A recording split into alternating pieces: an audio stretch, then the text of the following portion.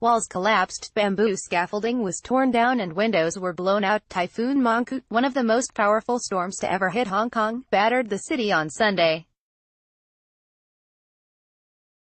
The Observatory issued a typhoon signal number 10, the highest warning on Hong Kong's storm scale, at 9:40 a.m. on Sunday.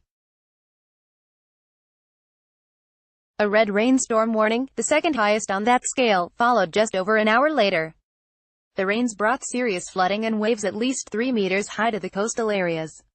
A widely circulated online video showed a residential building swaying in the gusts. As it happened, Typhoon Mangkhut smashed Hong Kong for hours. Erica Chung King Kai, 37, who lives with her husband and son, 1, on the 26th floor of a residential building facing the sea in Aberdeen, said her flat started to shake around noon and did not stop for 3 hours. "When I stood still, I could feel the flat shaking like it was an earthquake," Chung said. "When I lay down, I could feel my bed moving. I felt nauseous. It was like taking a ferry," Chung said. Gusts shrieked through her kitchen's ventilation fan.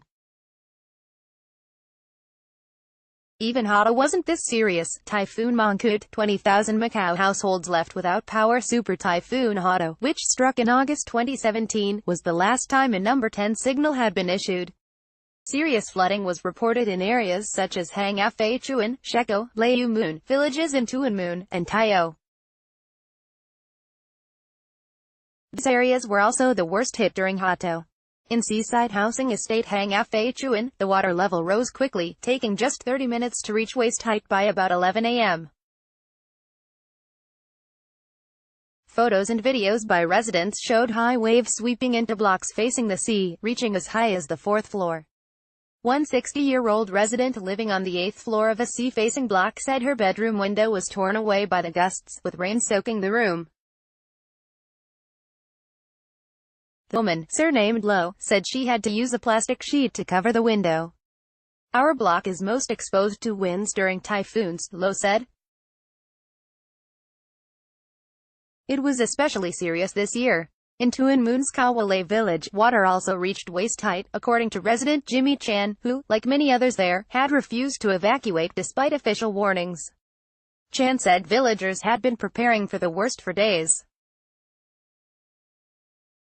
He had moved expensive electronic equipment onto tables and piled sandbags in front of his house, but water still flooded in and damaged his 2 televisions and a fridge. "I'm on Social Security. How can I afford to buy a new TV and fridge?" Chan said. Eddie Zaisakit, executive secretary for concern group Tayo Sustainable Development Education Workshop, said he saw waist-high water on the main shopping street in the fishing village, with many shops affected. But he said he expected less damage this year as residents were better prepared than they had been for Hado. Buildings old and new across the city also sustained damage. In Tai Kok Sui, a section of a roof and external wall was ripped off an old building at the junction of Tai Kok Sui Road and Phuk Lee Street at about 10 a.m., according to police. A tree growing in the wall was also torn off. The debris fell into a back alley and there were no reports of injuries, police said. Lam Soo-hung, 46, who lives with her husband and 6-year-old daughter in a rooftop home in the district, said her metal sheet roof was shaking violently around noon, and water seeped in from the roof and walls. She saw another rooftop home across the street completely flipped over. Also in Tai Kok Sui, a lift shaft at the construction site of residential block Enchanti fell from the top of the building onto the roof of an adjacent residential block, and part of the scaffolding around the building also collapsed. Police said 40 residents in the block were evacuated and no one was injured. There were also reports of scaffolding collapsing in other districts. Dozens of windows in Hung Home Office Building 1 Harbourfront smashed, with shattered glass piled up on the street below. "I have never seen anything like this," said Australian tourist Dave Breyer, 55, of the piles of glass shards. "This is shocking." Charlie Zhang, 27, who has lived in the area for 5 years, said she had never seen windows smash like that. "It was nothing like this when previous typhoons hit," she said. Insurance company Sun Life was one of the affected tenants in the building. Its spokesman Jeff Cozen said the company had told all affected employees to stay home until further notice on Monday. Cozen said the company would inspect the damage as soon as it was safe and take appropriate follow-up measures. Across Hong Kong there were reports of broken windows, including in Central's prime shopping and office complex IFC, and in Tsung Kwan O.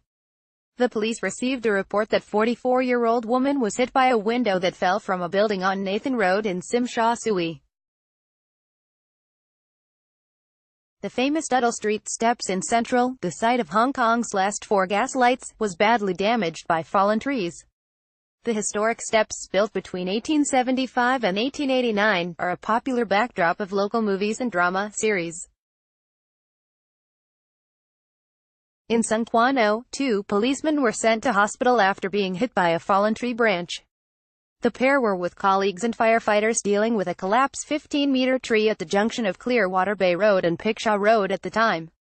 Additional reporting by Tony Chung.